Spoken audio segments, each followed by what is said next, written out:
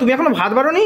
আরে আজকে দেরি হয়ে গেছে রে, আজকে তাড়াতাড়ি দাও। আজকে না, আজকে উঠতে দেরি হয়ে গেছে দেখ না। হ্যাঁ, তোর তো ভাতটা আমি ঠান্ডা করতে দিয়ে দিই যখন পুজো করতে যাস। আজকে অনেক দেরি হয়ে গেল রে বাবা। আজ ওদিকেও রান্না হয়নি এখনো, ওদিকের রান্নাগুলো বন্ধুদের দেখিয়ে দিই একটু। চলো চলো চলো মা, চলো চলো চলো, ওদিকে কি রান্না করেছো দেখাও। চ, হাঁড়িটা নিয়ে চলে যাই, শ্বশুর তোকে তো আবার একটু দিয়ে দেবো। এদিকে কি রান্না করেছো দেখাও। কি বলতো, এখন তো আলো ফুটছে দেরিতে। আজকে আমি রান্না করেছি বন্ধুরা এই রকম ছেঁচড়া বানিয়েছি। ছেঁচড়া নয়, ছেঁচড়া।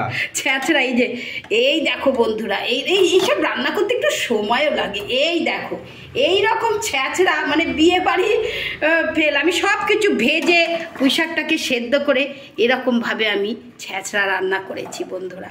বলো তো কিরকম লাগছে? এইরকম দারুণ লাগে, পুরো কাটা দিয়ে এরকম রান্না করেছি পুঁই শাকের ছেঁচড়া, দারুণ। আর এই দেখ এখনো বেলা হয়ে গেছে, মাছ এখনো ফুটছে।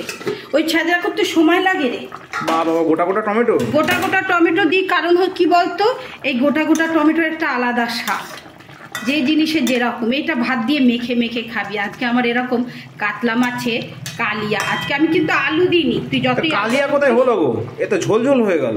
আর এটা ঝোলটা বসে যাবে অনেকটা, ঝোলটা বসে যাবে, কারণ হচ্ছে ঠান্ডা হলে ঝোল বসে যায়। এইটুকু না হলে খাবো কি করে বল না, খেতেও তো হবে। তখন তো বলি মা ঝোল দাও করবি, আর সেই ঝোল বেশি হয়ে গেছে বলছিস, তখন পারবি খেতে?